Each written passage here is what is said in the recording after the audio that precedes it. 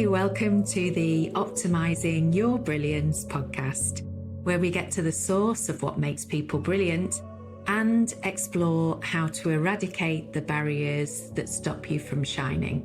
By shining, I mean being at your absolute best in both work and life.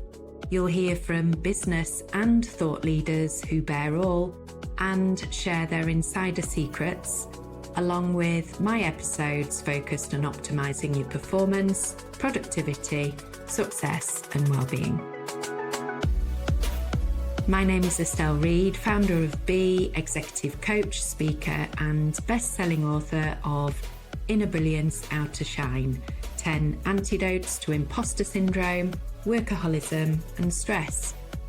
So, if you're ready to take your work life to the next level, let's begin. Hello, so in this episode we're joined by Dan Jarvis. He's a product group manager for performance polymers at Plastribution, one of the UK's leading distributors of thermoplastic raw materials for injection moulding, extrusion and blow moulding industries. You're going to hear how innovation really drives the creation of a business festival, discover Dan's approach for overcoming his personal challenges, for example, like a fear of flying, but also get a behind the scenes look at how teams make decisions and handle conflict, but from the perspective of a band. So it's really interesting. I started working with Dan over 10 years ago, and it's one of those work relationships that's transitioned into life, and I really valued him as a client but also as a friend. And now that we live in separate counties, he's in Leicestershire, we've relocated to Cumbria, it was really great just to catch up. So welcome everyone. I have got Dan Jarvis with me. Whoop whoop. So first question, so people can get to know you, is what's your origin story? So not your CV, but what were the experiences growing up? Good, perhaps not so good, but those experiences that make you who you are today. Yeah, sure. 56 now, born and bred in Hinckley, Leicestershire. In fact, I was born in the house. My dad still lives in our family home. One of four, so I've got two brothers and a sister. I think on the whole, I had a happy, healthy sort of childhood and enjoyed being with my siblings. I did okay at school. I think I did okay in my O-levels and stuff like that. Got to A-levels and probably my interest in school was waning slightly by that point. So I didn't do so great in my A-levels. Interest waning, what was going on? I think it was that thing of I discovered music, drink and girls probably. And then that was sort of my main focus of interest for that period of time. Actually having, and I see this in hindsight, I see this as a great thing, and kind of it has formed a lot of how I am today and the things I enjoy today. But because I was the youngest, I'm very good friends with my next brother up from me. When I was 14, he would have been 17. He was going to gigs and parties, and quite often I used to tag along. So very early on, I was exposed to music and stuff like that, which is a big part of my life now. So I went to loads of gigs as a 14, 15-year-old in various shady places around the local area. What was your standout gig? Well, we used to go the two sort of big venues we used to go to, I suppose, was Leicester Uni and Leicester Poly when they were both separate. My brother was a big fan of punk music and new wave music, so we used to go and see the same sort of bands quite a lot. So with people like, we'd go and see like Spear of Destiny and people like that. So I saw them loads of times as a kid, like the Cult. We went to see all sorts of different bands. I've got loads of memorable gigs. It kind of set me up for a lifetime of doing that, I suppose. I'm going to a festival this weekend, for example. What are you going to? It's called Shine On. It's down at Butlins in Minehead. It's like a 80s, 90s indie band festival. Loads of good bands on there. We go every year. We've been for the last 6 or 7 years. You get to see loads of bands over a weekend. It's really good. I was then in a band as well with my brother, and I was in bands at school and stuff as well, and sort of been in and out of bands ever since. And your instrument is? Well, I started when I first started. I had a vain attempt at playing keyboard, which I wasn't very good at, and then I moved on to bass guitar, and that's kind of been my default instrument ever since. What do you get from it? What do you like about it when you're in the band playing the bass? It's always a good laugh being in a band. You form your own little squad, and the band I'm in at the moment, I came into the band that was already in existence, and I sort of came into it a bit late on. And whilst I did know a couple of the people in the band, there's a couple of people I didn't, and sort of formed quite a strong bond, and you kind of become your own little team. What we find now, and yeah, perhaps this is with the hindsight of age as well, is we talk about what songs we're going to do, and we decide on if we can do some new songs. So you have a practice on them at home, and then when you get into this rehearsal studio and you play it and you kind of hit it on the nose, it's just that feeling of this is incredible. Really, it's just five completely different individuals all looked at it on their own. You come into a room and you play it. That don't sound half bad. And So it's kind of what's your evidence? Because it's almost you're alls in that moment, in the flow. Because it's interesting watching performance. We went to a church to watch an orchestra at the weekend, and my friend, who's very into detail, she was watching how the violinists were playing, and she said, "Oh, that person there wasn't playing very efficiently. She was really having to." And and she said, and also she was a bit out of time, wasn't she? And then the other one was trying to keep up. So, what's your evidence for when you hit it on the nose? How do you know? Is it I something? think you tell. I mean, when you look around the room, if you when you finish, if everyone's smiling, you've done all right. As in band members or? Yeah. I mean, to be honest, we have a lot of laughs as well. I mean, when somebody, and I include myself in this, when somebody plays a proper bum note, you look up and you look around, and everyone's kind of laughing away and stuff. When you hit it on the money, I think it just feels right. Like, I wouldn't say we've played loads of gigs, we've played quite a few gigs, and some better than others. And on the ones where everybody's gone on, everybody feels like they've played their best, everyone feels like they didn't drop any clangers. You come off and everyone's really buzzing, and yeah, really kind of just it just boosts that camaraderie as well.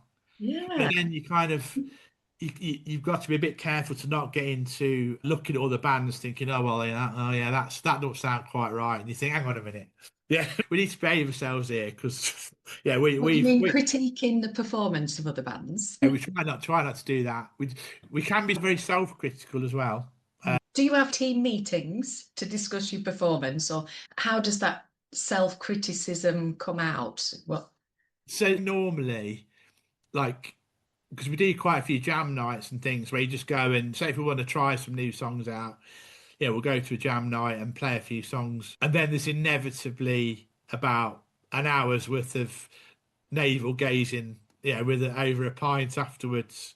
Or if we think it's gone particularly well, of hugging and back patting and so it depends how it went as to how much of a post mortem there is. But yeah, we do try and have sort of regular get-togethers when we're not practicing. Again, largely just to sort of pick new songs and things we're going to do. Because again, that's the other interesting thing. I know we've gone massively off topic here, haven't we? No, But no, it's really interesting because it's about performance and it's how, yes, well, there are a number of things. It's about performance. It's also about how you cope when you, in inverted commas, fail. So you yeah, make yeah. it no, and then you're choosing to laugh it off in the moment. I think that's brilliant.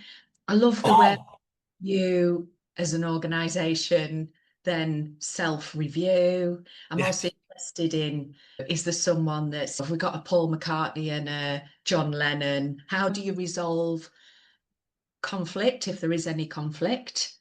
I can answer that quite easily. And then, yeah. I mean, if there's conflict and To be fair, there generally isn't that much, but it's just a lot of shouting and swearing, and it's soon resolved. To be fair, again, we do try and be quite democratic. I mean, again, the other interesting thing about having, I mean, the people in the band at the moment, five very different individuals, I would say, and each with their own taste in music and kind of their own approach to things. When we try to be very careful when we're picking songs that we're going to play, that stuff that either I would say that everyone likes, but that everyone is okay with playing. I'm as guilty as anything else. You might throw in a song suggestion and you think, oh yeah, I really like this song. I think we could do it well in the band. And it'll either be something like really obscure that no one else has ever heard of, or that blatantly doesn't fit with our style. Then you might enter into a negotiation phase of, well, does it really fit with what we want to do? And how do you know? 'Cause No, even with my podcast, I'm thinking, right, how does this guest fit with the overall theme? And everything has to have a theme, doesn't it? So even in yeah, business, we often talk about a mission or a purpose. That's our theme. So the theme in this is optimizing billions, anything that helps us improve our performance. So you will have, your band will be known for certain yes, things, isn't it? And yes, what would you correct. say that is? So I would say if you were to sum up the band in terms of what we play, I'd say we're very much in that generic indie rock type stuff. So if you play a gig or play a party or something, there'll be songs that people will know, generally the ones that people know. What's your crowd pleaser? What Well, that's a good question. We've got a few crowd pleasers, I would say. I mean, we do things like, yeah, we played Killers stuff, Arctic Monkeys, things that people will know. We throw a couple of oddballs in there that we've been pleasantly surprised that we've played them, and afterwards people have said, "Oh, I've never heard anyone play that one before," and someone who obviously knows it well. There's quite a few that we do. We're starting to broaden it a little bit. And I've been doing U2 and stuff like that, and Stereophonics, stuff that people know in general. need to get you to Kendal. Well, They have a summer festival here where at the Brewery Arts Centre, and it was fabulous this summer. The weather was ace, wasn't it? Everybody just sits around in the garden chairs and we have a bit of barbecue and well, yeah. we're available for bookings. What's the name of your band? Again, this has been another contentious point. The band's called Dropping Like Flies. What's behind the name? Originated from in the early stages when we were rehearsing. People were getting ill all the time. People were like, I can't do rehearsal because I'm ill. We were everyone's dropping flies. You kind of stuck. Band names is one of those things that every band must spend hours thinking about. What's a good name? And we were talking about AI earlier. We'll talk about it again in a bit. So we've settled on this. I did find out there was another band called that as well, which again, for a momentarily thought, oh, do we need to change our band name? But we said, oh no, we're just going to stick with it. Do you have a website? We don't yet, but we are working on. A social media account? Yeah, we're working on that at the moment. Our singer Kat, who's very good at marketing, she's doing that. Can I just go back to what you were saying? Yes, sorry. No. We were talking about conflict, and it's really interesting because I think I'm working with a leadership team at the moment, and one of their biggest development areas is learning to feedback in the moment, resolve it quickly, and then move on without any kind of, I don't know, bad feelings. Yeah. The moment we're at the moment is, instead of airing that conflict with each other, they go into the bosses and going, they're doing this and they're doing the other, and then but you can't tell anyone. So I'm going to offload what's irritating me about this person, but I'm not actually going to speak to the person that needs to hear Yes. it.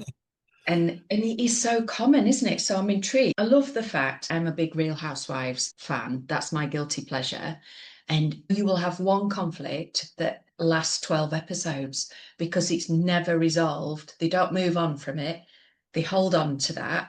And you think, flipping heck, this is good TV, but just dust yourselves off and move on, ladies. So how you said there was shouting and swearing and then it's resolved quickly. Yeah. So give me an example of how you do that. I think what we sort of said, but we had a get together a while ago and we had a few beers and a curry and we were just listening to music. We're saying, right, we're going to write down some songs, or people can throw in song suggestions and we'll write them down. We'll listen to them as well. And we'll come up with a list of songs that people want to do. And then we'll whittle it down. We actually said we're not going to do any song that everyone doesn't agree to. So we had a list of stuff and we would listen to all, and then we kept listening to them to the point where we had a list where there was 5 ticks against all of these songs. Everyone had agreed to do them. We went through that process of cleaning down a bigger list to, right, we're not going to do it unless we all agree. So the next stage on from that, I would say, is right, we're going to do these songs. So you learn them and you take them to the studio and you rehearse in the studio. And even though everyone agreed to it at the time, they might then be thinking, actually, I'm not so keen on this, or actually it doesn't fit with us, or despite our best efforts, we can't play it particularly well. So then there's a sort of second round of do we keep flogging a dead horse for want of a better phrase, or do we pursue with it? So again, it's quite democratic in that respect as well, of saying, right, look, what do people think? Do we carry on or do we not? If we're going to carry on, we've got to commit to it, and yeah, that's round 2, I would say, as well. And then I'd say round 3 then is if you play it live or play it as part of your set and you think that doesn't really fit with our set or our style, even if we've spent hours learning it. So we've had quite a few songs that fell by the wayside organically, I would say. But again, that's business, isn't it? Yeah, yeah. You're always experimenting, I think, with, we were talking about AI earlier, we'll come back to that. And even with products, with services, I was saying to someone earlier, but I've shelved a manuscript. It doesn't fit with my brand, with my target market. I've tested it and it's literally been a tumbleweed. So the cost of that is the time, isn't it? Yeah, But also, if I had taken that to market, the cost of that would be my brand and my reputation. And yeah. actually, some clients were really honest with me and they said, thank God you're not doing that. That would have really damaged your brand. So, how do you, as a team, know whether something fits or not, doesn't? I think the first part of it would be how we feel about it, because having the idea in your head of what something's going to sound and what it actually sounds like when you get into a studio is very different. And again, it's being able to accept that sort of honest feedback. If you say, if you play live and people say, well, yeah, that, that was a bit odd, or that didn't seem to fit, or oh yeah, that one was really good, or yeah, that was good. So it's, Feedback from the audience. yeah, feeding back Yeah. from people that have seen you play things. It's important as well that, again, you've got very different people, different personalities. I would say there's probably a couple of us who have got quite strong personalities, shall we say, and some quieter folks. It's making sure that you kind of hear everybody out and ask everybody's opinion, and sort of make sure that somebody's not sitting in the corner simmering away quietly thinking, yeah, I'm not happy with this. That's like business, isn't it? Again, yeah, it's It's like a drawing it team out of people. Yeah, meeting. And similarly with another team, I've got some that were really vocal and driving the vision in the business, and others that were quietly simmering. yes. And it's been able to get everybody to give their opinion. You and me have spoken about this a lot in the past. When you look at things, psychometric profiling and stuff like that, where you gain an understanding of whether somebody will take information and react on it quickly, or whether they need to go away and think about it and formulate their thoughts on it. and don't want to commit straight away. They want to have time to consider their position. And it's kind of understanding that, because it's quite easy to get caught up in the moment, isn't it? Right, come on, let's get this resolved today.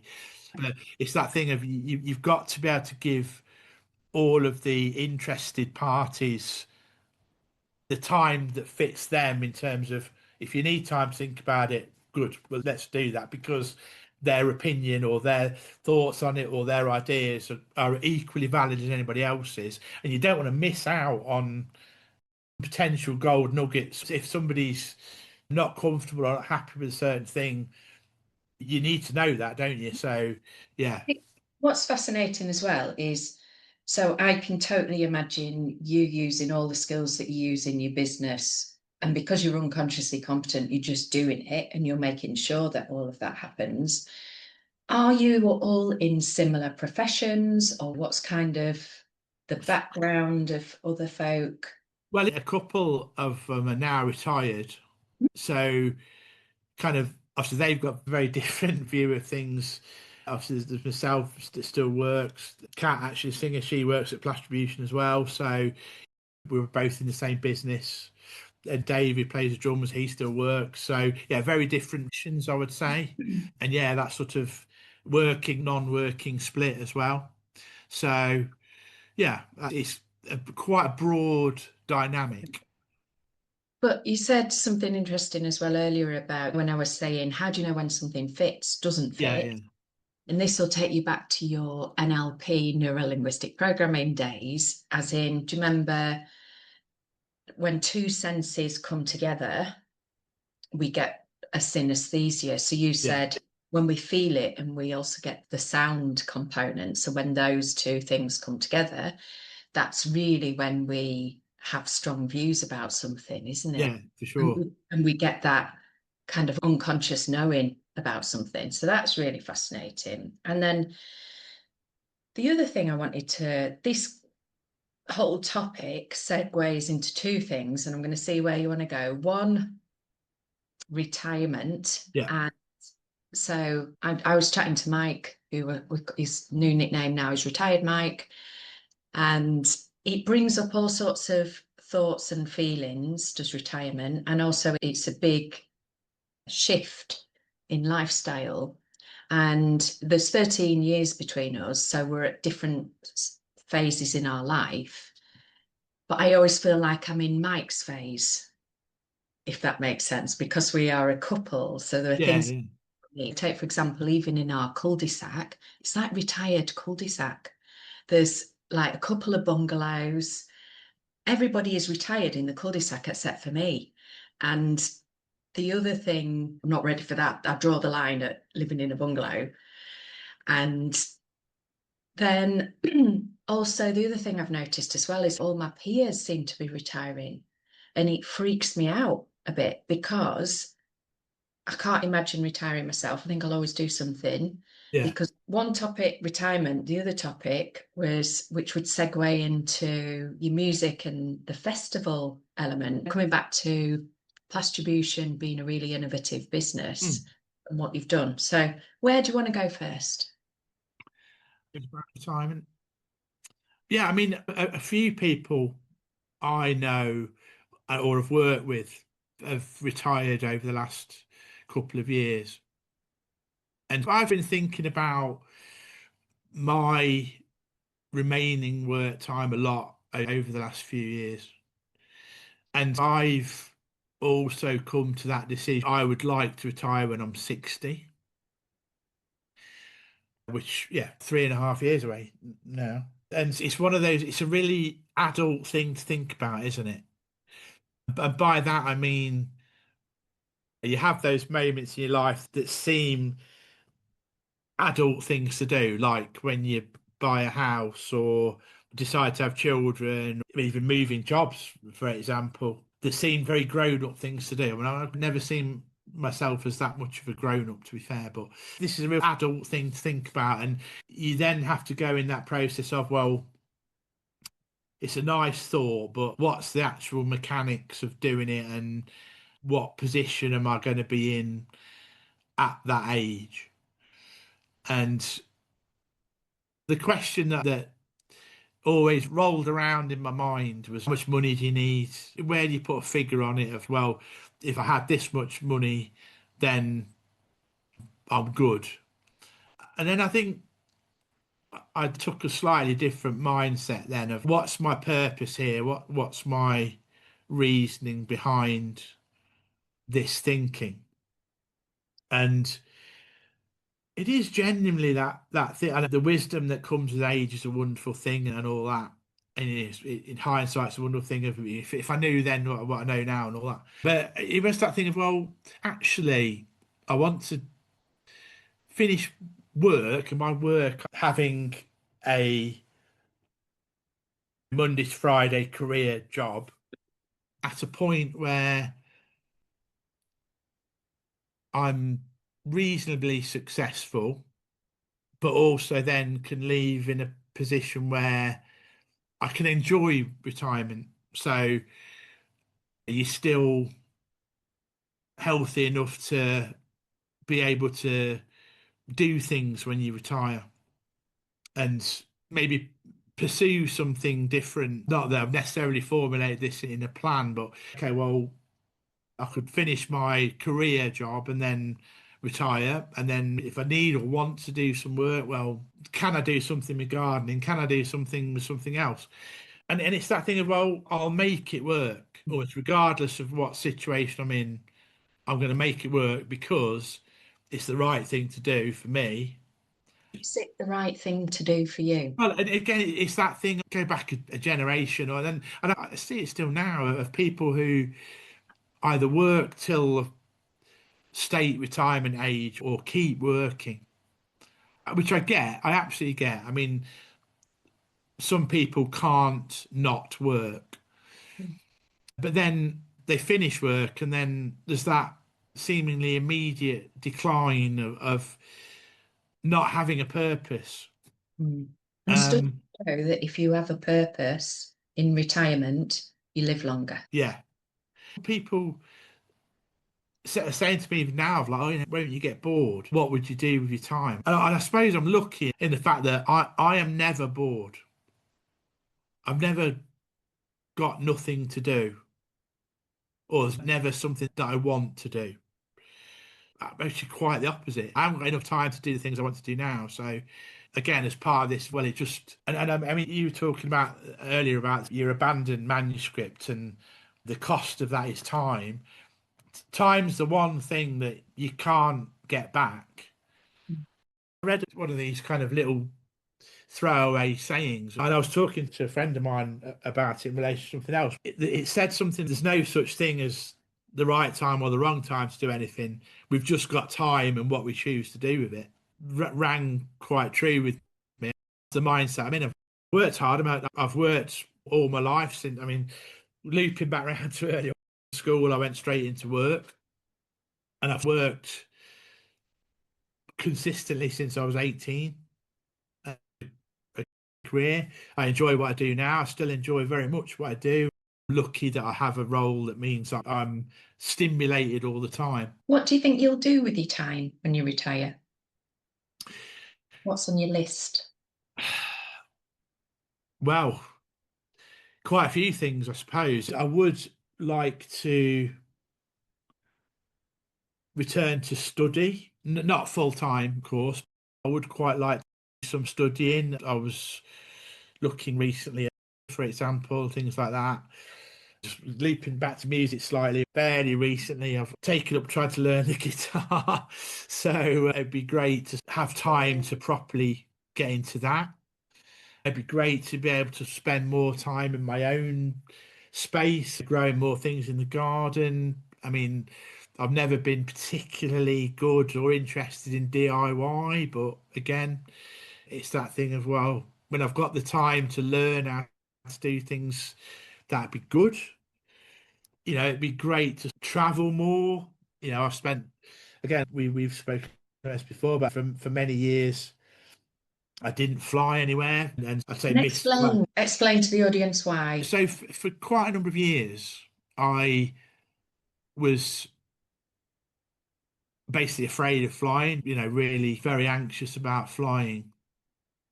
So did you use other means of transport at that? Yeah, so basically, it was I used to use the train a lot, so I did travel quite a lot in Europe by train, and obviously the UK as well. But didn't really fly anywhere for a long time, and then I got to a point where I think when we were coaching together, it helped in a lot of ways, and I thought got to the point where I'm like, well, this is ridiculous. I booked myself onto one of these theory of flying type courses, and it was a two-part course. So there was what they called the ground course, which was they had talks from pilots and stuff about the mechanics of it and go through all the noises and things are. And there was also a coach there who was doing stuff about techniques you can use to keep yourself calm and all that.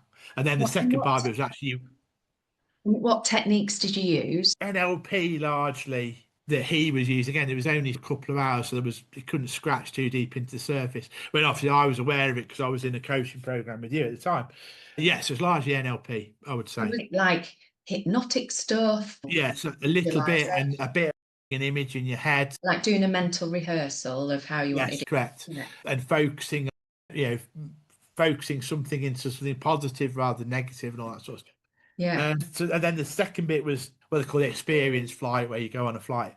So you So actually go on a yeah, flight. yeah, Yeah. yeah.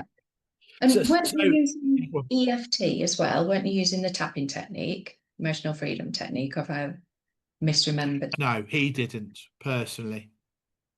Yeah, I booked mine. The reason escapes me why I did this, but in Liverpool. So it's at Liverpool, a hotel in Liverpool on the evening, and then the following day, a flight at Liverpool Airport. So turned up to this course, and before the course started, everyone was meeting in a big room, having a cup of tea and a cup of coffee. And I would honestly say my mental shift happened in that room before the course had even started. Quite a chatty person, as you know. I was just chatting to folk, and I'm interested in people. And there was people I was talking to. I mean, really, were just breaking into a cold sweat, even thinking about doing the course, let alone getting on a plane. And there was a few people I spoke to even before it started, and I quickly realised I don't feel like that. Have the of anxiety or fear, just yeah, really that strong feeling. So I'm like, remember it very clearly. I was thinking, I'm not even sure I'm scared of flying. And that before even course had started, I did the course. I did the evening course. Again, we came out and I was chatting to people on the way out. Was contemplating the flight the following day, and they were still, oh God, I'm not sure I can do it. I'm really not sure I can do it. I was like, well, we're all in it together. You'll be with friendly people, and there'll be a pilot in the passenger bit with us and all. So yeah, went to the airport the following day, and it's exactly the same as when you get on a flight. You got to go through security and queue up at the gate and all that. There was people that didn't get on the plane. There's people that got on the plane and got off before it took off because they literally left the door open till the last minute and said, "Look, we're not forcing anyone to do this." And so people got off. And then the remaining people, we went and did the flight. How long were you in the air for? About an hour.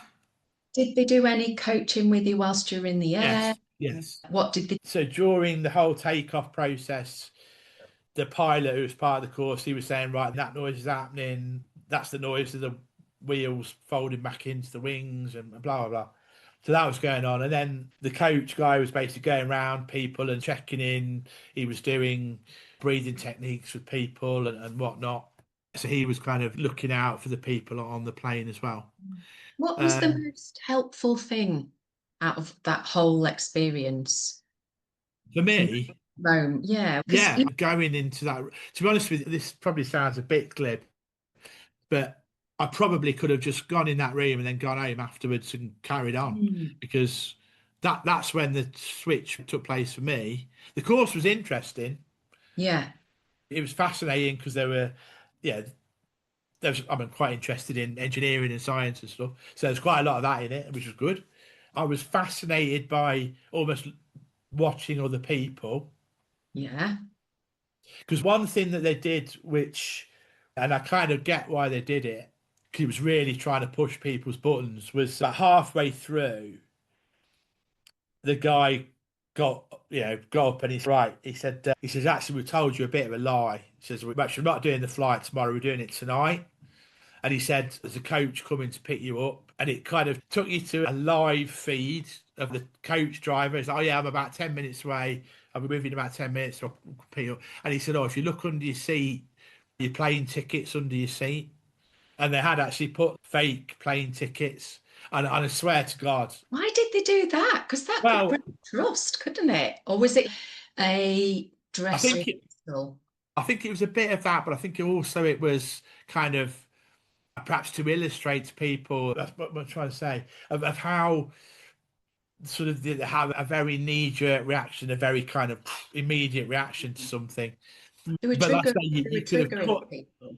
yeah, That's what they yeah. were doing. But then I'd be interested to know how they supported you after that Oh trigger. yeah, down after that. I mean, because people were honestly, there was people in tears and all sorts. But that, and I think this is what's going on.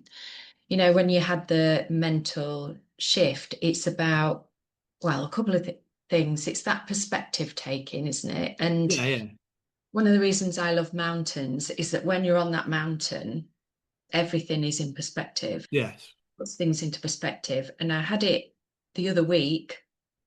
I ended up in hospital. They thought I was having a heart attack. I totally wasn't. But that moment, it was just over exaggerated response to a cold. And what I went in with my expectation was just to get an inhaler and yeah, leave. But the paramedic said, I think you're having a heart attack, or you've had one and you need to go in an ambulance now. It was a real scary moment, but like as helicoptered off and all that. well, that would have been a more efficient way of getting to the hospital. Yeah. Right, 2 okay. hours. It's a good job I wasn't having a heart attack. 2 hours before the ambulance came. Were you at the top of a hill or something at this point? No, I was literally in the doctor's surgery, and the paramedic said, I think you're having a heart attack. Oh, right. I'm sorry. So, no, the meaning of communication is a response you elicit. That's obviously confusing. So, thanks for clarifying, because we've gone from mountains to. Yeah, because I thought you were at the top Yeah. of a mountain or something. But the perspective piece, Hmm. and I had it years ago when I had skin cancer, was walking around the hospital going, oh my God, my heart breaks for the people that are really sick. Yes. And so back to your mental shift, it puts whatever you're going through, doesn't it? Yeah. By seeing people. The other interesting thing you mentioned about, they left the door open. So some people didn't even go through, or they got off the plane once they were on the plane. And fear is such a horrible thing, isn't it? Because Yeah. it's Yeah. doing the things that you want to do. And if you've not had, and we do have to go right to the edge of our fears sometimes, don't we? Yeah. Yeah. For sure. Be able to get that different perspective and then not let it get in the way of our goals, dreams, ambitions. And like you, I was dead afraid of flying. I used to get panic attacks and like really bad. The minute they closed that door, I felt trapped in Yeah. the. Yeah. I was a bit agoraphobic. Yeah. One of the reasons I got into all the work that I do, why I use all the techniques. To be fair, I didn't let it stop me from doing things. I used to put myself through that horrible panic attack. And I remember once being stuck between those my two mates, and I was really ashamed about the fact that I was afraid. And but I was literally like a traffic light, white, red, because I was going through cycles of Yeah. panic. And but as I say, that it really taught me you've got to face this and you've got to get it resolved. And it was Havening that got me to resolve Yeah. it. So that's why I was interested in. So one of the ways in which we overcome fear is we're exposed to the very thing that we are afraid of. The beauty of using something like Havening is you don't have to be exposed to it, as in Yeah. you Yeah. trigger it momentarily because it's designed for PTSD, but then you then apply the technique really quickly. So you get rid of the triggers without, because I think it's quite cruel thing to do is to, yeah, exactly, yeah. but what was great is that for you, you got that, as I say, that mental shift. And just to bring you, so two more things to talk about before, and we also need to come back to the festival thing in your Yes, organisation. yeah, But the time thing links to the conversation we were talking about earlier, which was AI. yeah. And the biggest benefit of, but the biggest benefit being that we stand to gain time back. And it is the most precious resource, isn't it? Oh, From a business perspective, my most precious resource is time. And all the time I'm focusing on, so the way I'm using AI in my business is to save me time. So I've got more time to spend with my retired Mike. yes. So what's been your experience of AI? What are your thoughts, your views? Because you were saying you were using it even to create songs. Yeah, I mean, we're starting to use it within the business now, starting to look at how we can use it.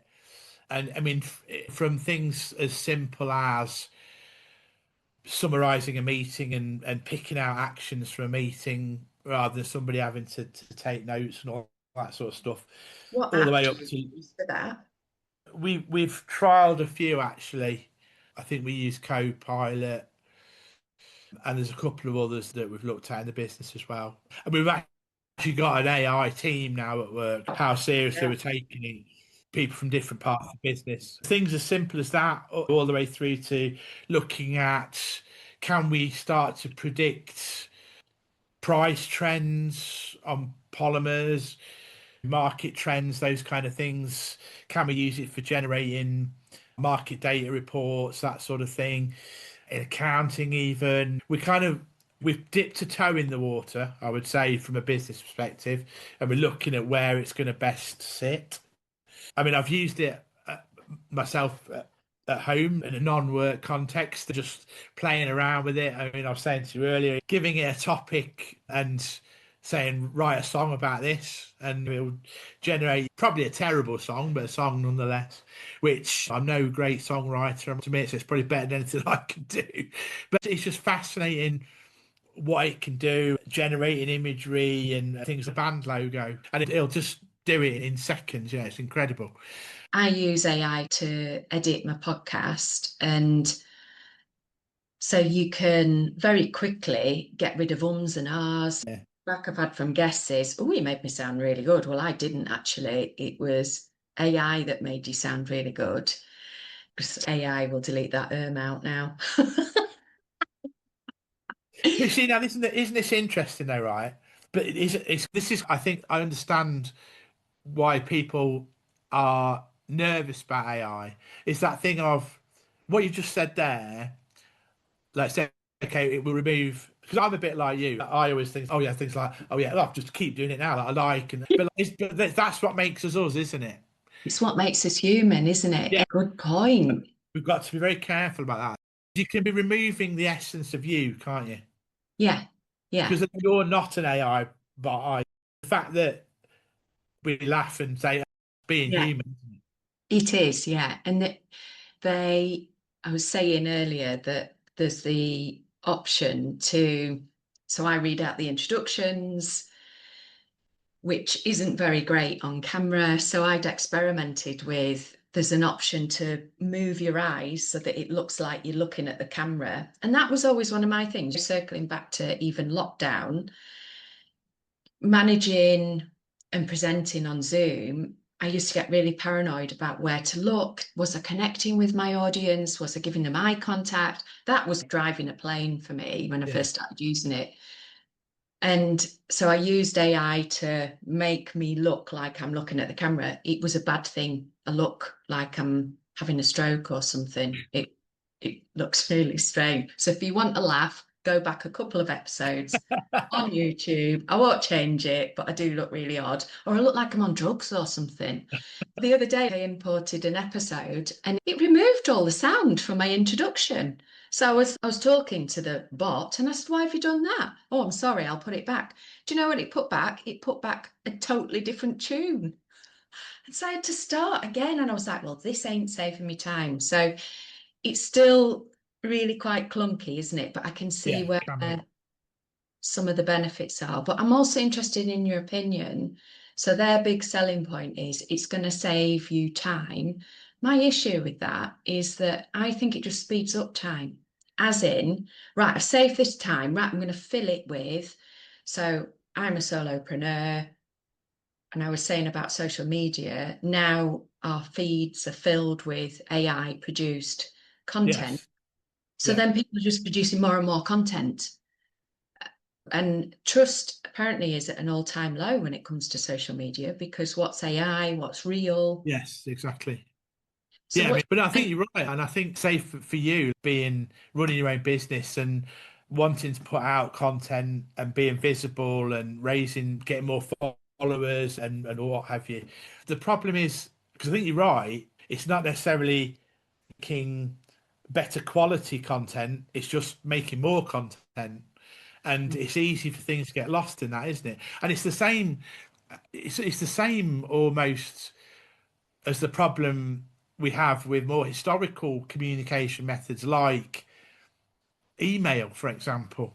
If you're, and we all still get hundreds of emails a day, you've got to go through that process of weeding out the wheat from the chaff. And if somebody sends you an email that's got about 2,000 words on it, I mean, I'm not an attention to detail type person. So, best in the world, I ain't going to read that. Or if I did read it, I wouldn't I wouldn't probably take in the pertinent points. And this is where, for me, AI would be good. So, okay, what summarize this email into 3 sentences, and it would do it, and that's it's good for me. But so my point is, you can lose important messages just in a tide of nonsense, couldn't you? Quills internal and mail? exactly, You'd write your memo out and then you put it yeah, in internal mail. The office junior would go and then deliver it to the desk. yeah, Or you'd walk upstairs and you'd go and have a chat with someone. yes. God forbid you should talk to Yeah. someone. But I think you've hit the nail on the head with we're at risk of editing ourselves. Yes, And I do worry about generations coming through. Yes, we're more connected than ever, aren't we, through social media? And I was but are we though? Are we though? no, this is the point though, because I was working with this team in Europe. I had French, Italians, Polish. It was a really huge spectrum of people. And someone raised a valid question and said, well, we're all going to be working on Zoom. So how are we going to detect these differences in people? And I said, and I know this has always been one of your points as well, isn't it? About that, can we really connect? In the olden days, we used to talk about Skype. And Yeah, I was saying, well, I said, most of your body language comes from your face. We can hear it in our tonality. But there is something about, like this morning, I was really excited about seeing you. But I was like, oh, I wish I could just give you, like a hug, because you were like one of the last people I saw before I left for Cumbria. And I very embarrassingly cried, folks, even though Dan was like a client, but he was a client slash friend. And so there's only so far we can go, isn't there? So back to the point about, are they teenagers? I mean, they socialize in the bedrooms on screen. yes, yeah. It was like a bit of a hallelujah moment last weekend. Oh, we're actually meeting up in town. I thought, great, we're going to go and have some actual social input. Well, it's interesting because we're in the process of kind of looking at our culture again at the moment in the business, and there's sort of we've got I sound very old when I say this, but yeah, we've got quite a lot of young people in the business now, and there's that definite sort of gap of how young people communicate, interact, compared to, you know, that sort of our generation of, you go to the pub, you meet someone in the pub, or go to a gig, or go to the cinema or something with your friends, and that's what you did. And that still happens, don't get me wrong, but we have got to accept, and by we I mean people in our business, and I'm sure a lot of businesses of my age or similar age to me, have there's been this sort of massive shift in how people communicate, how to communicate to other people, how people want to interact. We're a sales company at the end of the day, so we always stress a lot on the importance of building relationships both with suppliers and customers and shareholders. People of our generation are very much of that mindset of, you do that face to face. And I think it's true. It's absolutely true. That But segues into your festival. Tell us about your business and yeah, how you were really naturally making relationships and how that human interaction was just so important, wasn't it? I mean, I think sales and business success still thrives on that human interaction. And one of the big innovations that we've done over the last couple of years is we looked at how we can interact with our business partners, but also customers, potential customers. And we looked at the sort of typical trade show market where there's so many trade shows these days where there'll be a show on medical products or plumbing products or whatever it may be, and you tramp along and walk around the NEC, going from stand to stand. And if you had a stand at a show, there'd be people that come to you with a project or whatever, but then you'd know that 10 of your competitors are in the same hall, so they'd go and talk to all of those as well. I mean, we just kind of thought, well, yeah, there's got to be a better way of doing this. It was the idea of a couple of guys in our business that we were going to try and run our own event, Just and we wanted explain to what do. business you're in. I work for a company called Plastribution. Plastribution is a distribution company selling plastics and plastics products into the UK and Ireland. A lot of what we do is sell raw material to people who are injection molding, extruding, so people who make film, bowls, buckets, car parts, you name it. We're actually a group of companies now, so we've got a film division, a foil division, a sheet division as well. We don't just sell raw plastic anymore, we sell plastic, semi-finished plastic products as well. Based in Ashby de la Zouch in the Midlands, so not far from your old stomping ground. I mean, So how 110 people in the business now. 100, It's been around since 1979, quite well established. but my experience of you guys has always been a really innovative business. Yeah, And, even to so linking it to culture as well, you were a very early adopter of a modern office environment. You look like Google, probably as quickly as Google looked like Google. And what you described earlier, I thought, here they are again, being innovative, having a festival to connect with their clients. So tell us about it. What did you yeah, do? we were thinking about better ways to interact with our supplier base and with our customers. The concept of a festival themed event came up where we would hire a big venue, we would have very formal business part of it. We would have speakers from our suppliers or some of our supply partners or people. We were focusing on innovations. We even had people to speak that don't supply us and we don't sell to. So there was that during the day. There was also tabletop stands. So there was, again, innovative things. So we had all sorts of things like people making injection molding machines, people who did laser engraving, all sorts of different polymers. So people could be wandering around during the day as well. We had an outdoor area, again, set up like a festival. So there was street food vans, had a big stage. So there was music on during the day as well. And you played, didn't you? So basically, after the sort of day events finished, we had a big barbecue. So there's a big barbecue area. We brewed our own beer for the event as well. So we had branded. It was done at a place in Birmingham. It was like a brewery in Birmingham that did it Oh, for so me. But it all tubbing your hair in no. went I didn't have like potato peelings and antifreeze in my bath at home. It was done properly. It ain't yeah. going to send you blind or anything. Yeah, so we had that, and then we had bands on as well. So we've done it 2 years in a row now. Yeah, so we had about 4 or 5 bands on in the evening, one of which was the band I'm in, and it was just amazing how people interacted because we intentionally made it a relaxed event. So we said to people, come dressed how you want. So people literally were coming in shorts and a t-shirt, Hawaiian shirts, you name it. We had special t-shirts made for the staff, so it was like a festival t-shirt. So we weren't dressed up either. And yeah, it was just everyone relaxed. I think because we took away that formality of a trade show where you've got to tramp to the NEC or somewhere and all that, and yeah, you can come, you can relax. I mean, people stayed on site as well. We even had somebody camping this year and they could relax, and it was just a really different way of doing business. And we've had so much good feedback about the events, and we feel like we've set the bar now for industry events. I think we've had a couple of competitors have done some copycat events, but whatever the phrase is, that mimicry is the best form of flattery and all that. And we had something like 400 attendees to the day. And I think I was saying to you earlier, again, we had people come to the event that we wouldn't normally able to go in and see. You'd struggle to get in and see somebody from Bentley or whatever, whereas they actually came to us. Wow.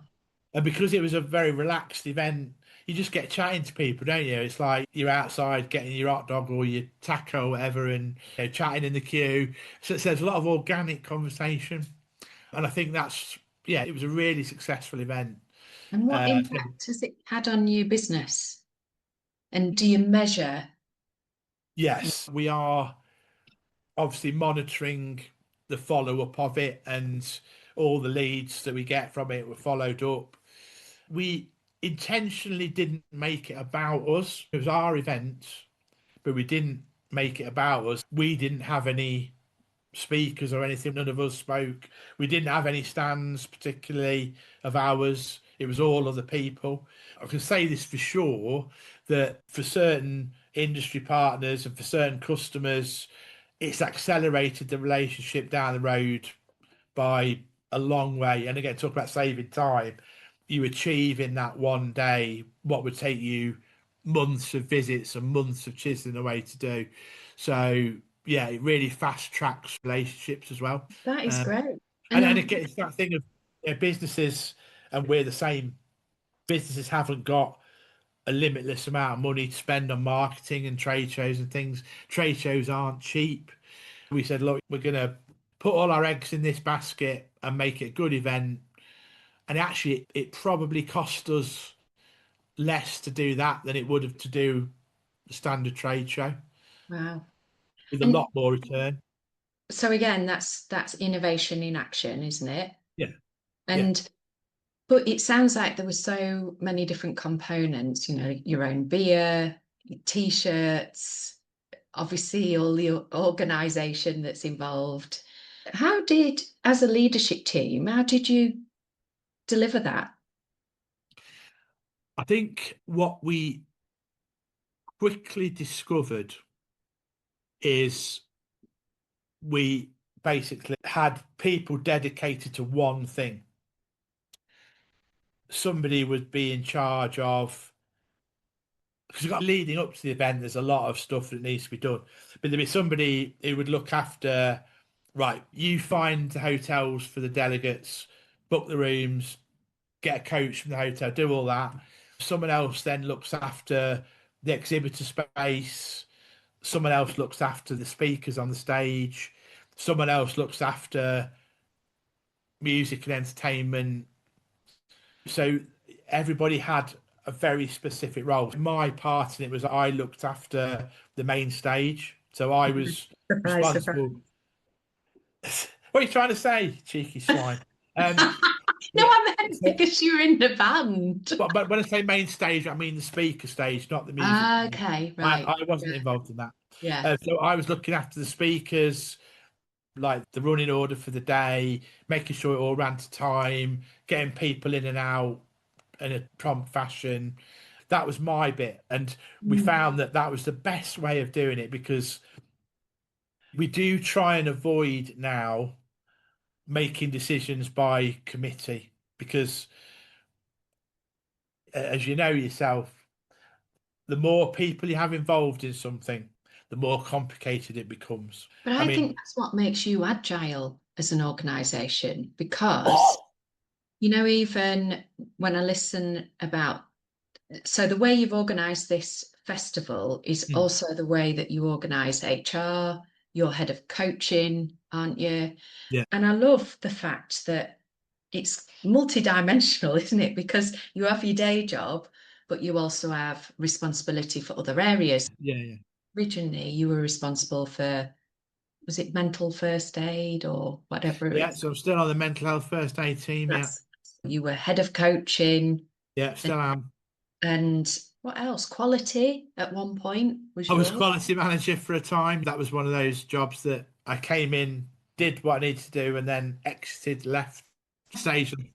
Our psychometric tools I look after as well. So I look after our disc profiling and Yeah. emotional intelligence profiling stuff. But that is fascinating because you can see how that would work. So if you were in charge of beer production, let's say, Yeah, it's then been delegated to you. You can go off and you can control all the elements in that.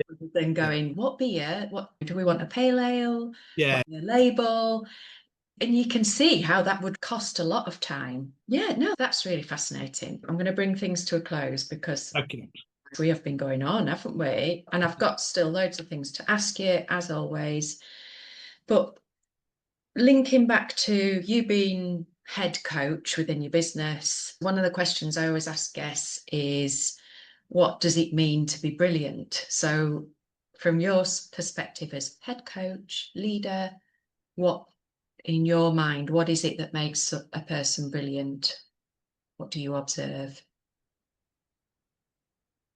I think one of the, and again, I think some of this has come with the wisdom of age, I suppose, but I think one of the things that is really a standout quality in people is kind of wanting to be the best they can be and knowing when to ask for help, knowing when to ask for guidance, knowing when to take a leap of faith. And I think to me, that's all you can ask of anybody, that just be your best self and do everything you can do to the best of your ability. I mean, we've got some fantastic people in the business, and again, we're going back to the whole point of having a finite amount of time left in the business. And there's a few people in the business of a similar age to me. I'm sure they're thinking about their own plans as well. And we constantly look at personal development for people and bringing people on because ultimately, yeah, I am not the future of Plastribution. I'm absolutely not. I'd like to think I'd helped make it what it is today or helped make what it is today. So we need to be looking at who is the future of Plastribution, and the people that absolutely are those people who will try and be the best they can be and have that sort of humility of accepting help and advice from people and seeking help, being able to take a leap of faith, be proactive on things. So that's all I could say really in terms of what Hmm. brilliance would be to me. Yeah, but it's interesting as well because it also aligns with your either spoken or unspoken value of innovation. Taking a leap of faith, that is innovation, isn't it? Looping back to the AI conference, one of the things, because they had Tony Robbins on, and I've always had mixed views about Tony Robbins, as in, one of the things I couldn't fully buy into was you turn up at a conference, you go whoop whoop, you whoop everybody into a state, walk over hot coals, and then they leave, but also that state leaves with them. Yeah, And so that was always my bit of a, what about creating that permanent change in people that isn't reliant on the speaker? But do you know what? He is a total genius. He did a session, and what's hilarious, I'm watching it, I'm thinking, it's the weekend. I don't want to feel like I'm working, but I also want to, I've got to watch this conference. And so it was so unglamorous. I should have taken a picture of it. So I've got my bobble hat on. The hot tub is one of those, it just looks like a paddling pool. And then I've got a plastic stool. I've got my iPad, and it was in a plastic bag to stop it from getting wet. Yeah. You did this exercise. Well, one of the things that I took away from it was people that excel, they absolutely do work towards being the best that they can be, but they are obsessive about their thing. He reframed obsessiveness for me because I always used to see it as a bad thing. Tony gave us permission to be obsessive about things, to really follow your passion. And looping back to what you were saying earlier about purpose, I think purpose drives passion. If we love what we're doing, I think we absolutely can be the best that we can be, which is why I find it hard to think about retiring because I absolutely love what I do.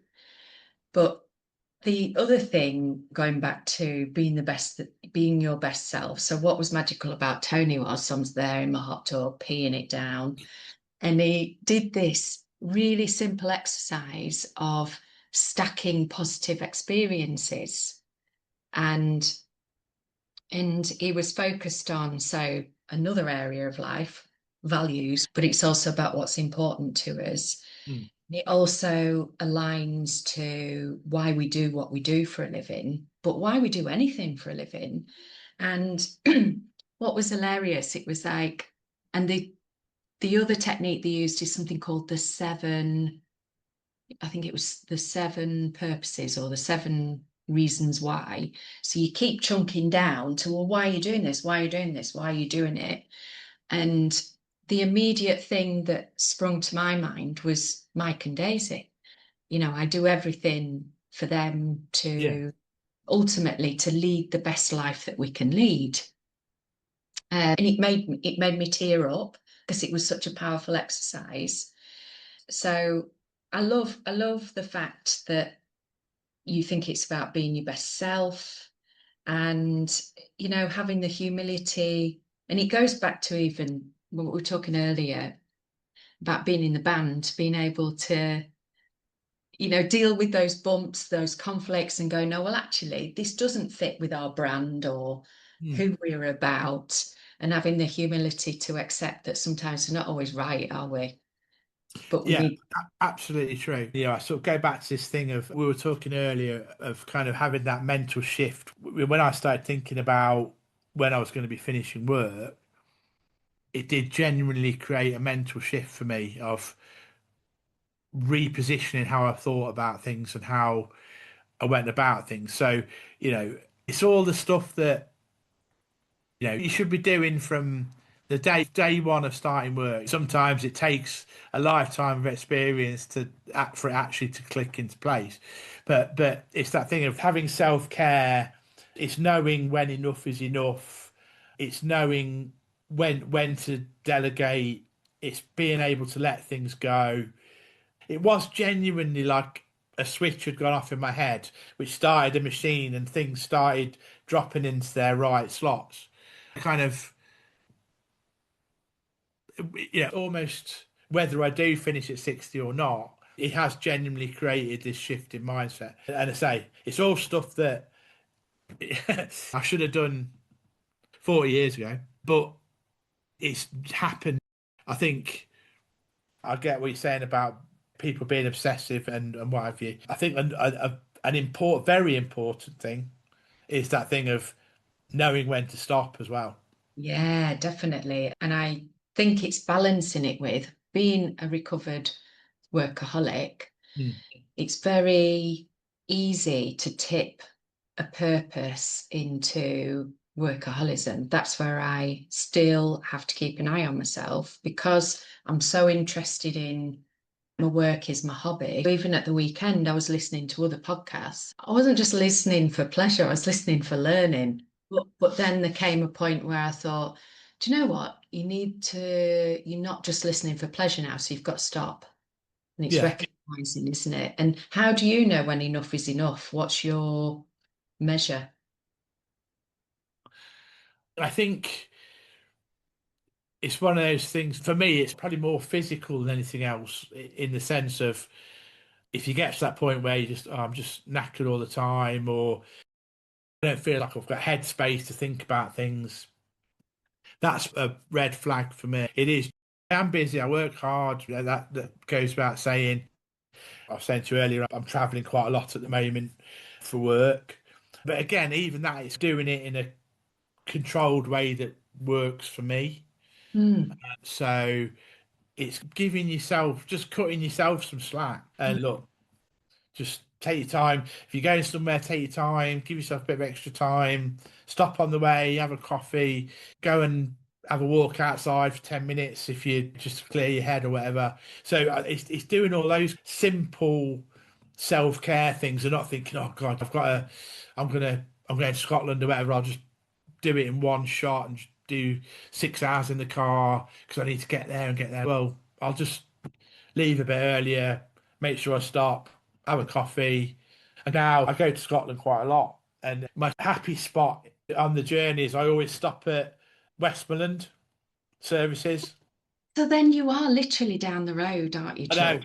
know. Yeah, and but it's interesting as well. The word time has come up. I feel this podcast has been about time and how we save time and how we use time. Retirement is about how you're going to use that time. But there was one last thing that you just said there, which was about working hard. So you work really hard. And you said something earlier, and I wanted to pick up on it, which was to do with you said retirement was, I need to look for your exact words now, but retirement was like a very adult thing to do. Yes, indeed. And then you were like, and I don't really feel like an adult. Generally don't. I've never seen myself as a grown up. And I thought that is fascinating because what behavior does that drive in you? So if you're not an adult, it implies you are what? Or you're not a grown up, you are what? I guess you want me to say a child? What I mean is, we lose the essence, the innocence of being a child, the joy, Yes, yeah. fun, the, exploring the world, like we're Yeah, doing things first time. So there's so much benefit in being childlike. And do you remember years ago we spoke about, it's the TA thing, transactional analysis. We can communicate and behave like parents as adults or as children. So that sounds very childlike for me. And I was thinking, yes. And it's good for us mentally to rotate through all of those. So sometimes we can spend too much time parenting, being a controlling parent or a nurturing parent. The sensible option is to be an adult. I own my own shit. I yeah, take yeah, responsibility for my problems. I treat other people equally. But also, if we spend too much time adulting, that's boring as well. We yeah, have to yeah, have our childlike moments, which are sometimes we have to comply. If we didn't comply with law, you know, we wouldn't be a very good society. But also, there's that rebellious part, which is that fun part. And so I yes, was interested to know if you're working hard, and obviously, I'm assuming you're in your adult mode when you're working hard, but then yes. when you're not, what is that childlike state for you and what do you engage in that feels not grown up? See, I think the reason why I was talking earlier about things seeming very adult is I still like all the same things that I liked when I was a kid. I still like doing the same things as I liked doing when I was a kid. I like playing video games and I like tinkering about my music and I still like reading comics and things. I was doing that when I was 14, and I still enjoy those things now. And sort of going back to the whole music thing, I love going to gigs and things. And say I'm going to a festival at the weekend, and it's that perfect example of where adulting or being an adult hits having that childlike wooden black innocent enjoyment in things. I was loving seeing the bands, having a few beers, chatting to folk, having a good time, and then the grown up bit will come when I get into bed at 2 in the morning and I'm like, oh, my back's killing me. And we're taking a foot spa with us so we can soak our feet at the end of the day as well. Because That's exactly this is the clash of the two. That bit of me that thinks, yeah, I can still go to the pub at 12 o'clock at lunchtime and still be watching a band at 3 in the morning. My adult bit will be nope. but I love what you've just said. It's that childlike wonder. And I think that's what something else that people will get from your conversation is how often do we lose that childlike wonder and how can we? Because I think life is I'm a real joy seeker. So whilst I love my job, outside of my job, I'm all for the childlike wonder and what Yeah, things can we do that make us feel great, And so your examples of comics, games, music, and getting people to think about what are the pastimes from your childhood that re-trigger that childlike wonder. When we lose time, I've just started knitting again. Oh my God, that sounds like an old person hobby, but my nana taught me to knit when I yeah, was a kid. And so that's been like childlike wonder. It's been really like meditative. And then I was trying to get them all to come ice skating. I was trying to book ice skating at the weekend. They're like, "Oh," they were very adult about it. Oh, well, we can't do for this because it might break it. Any physical sport, horse riding, skiing, roller skating, I get the sledge out when it snows. But all of that is, that accesses our childlike wonder, doesn't I it? agree. Right. I'm going to one last question, little experiment. So that Mm. was the other thing as well that Tony Robbins said. One of the things that makes people brilliant is constantly experimenting, failing, honing, refining.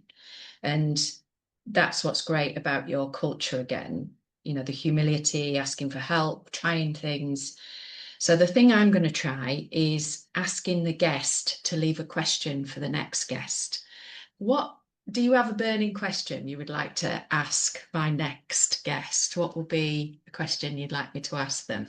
Well, and again, it fits quite nicely into what we've been talking about. And what would fascinate me, I suppose, I've alluded to this myself a couple of times. It'd be what would be the one thing your now self could tell your past self that you think would bring to a nub the gap in between the two? If that, what would you tell past you to Yeah. focus on? And so, how would you answer that question? Well, like I was saying earlier about a thing of thinking about when you have those mind shifts, that things that probably have been doing suddenly fit into place. So here's that thing of like, probably I would tell my past self, make sure you have a plan, make sure you practice self-care, don't let things fester. And I can go back to the flying things, a good example of that. Of it took me probably 20 years to resolve that, which took me 10 minutes. So it's things that I would be saying to my past self. Yeah. I'd say start learning the guitar earlier as well. Yeah. Learn it at like 12 when you can, when your brain can still handle it. Yeah. Oh, no, that is brilliant. So, I am going to bring things to a close and I'm going to say something to you now, so when we recorded the original podcast, we said, oh, we'll have to do another one. Can you remember that or not? Yes, I do And remember. so we are achieving that ambition today, albeit 5 years on. I have regrets about stopping my podcast. So if I was to tell my old self, and I have a habit of that, I'll start something, and I often start something at the beginning of a curve, Yeah. but then I give it up. So I am committing to, really continue with this. But what I would love to do with you is when you retire to come back and tell us Yeah, what of it's course. on the other side, if you're Yeah, up, of course. because yeah, it would just be, well, obviously if you don't retire for donkey's years, then I'd like you to come back sooner than that. Yeah, I am, by not being able to retire when I wanted to. Well, thank you so much for coming on, and thank you for giving your valuable time. And thank you for inviting me back. Oh, no, it's been fantastic. Thank you. If you'd like to be notified when the next episode drops, remember to subscribe. If you found this episode helpful, please share it with someone who might benefit. Finally, if any of these topics have sparked your interest and you'd like to work with me, you can apply for a free discovery call at estellereed.com. Let's see if we're a good fit. You'll also find plenty of free resources there. I'm Estelle Reed, executive coach, speaker, and best-selling author, and this has been the Optimizing Your Brilliance podcast. Thanks for listening. This podcast is for informational purposes only and should not be considered professional advice. Please consult with a qualified professional for any specific advice related to your situation.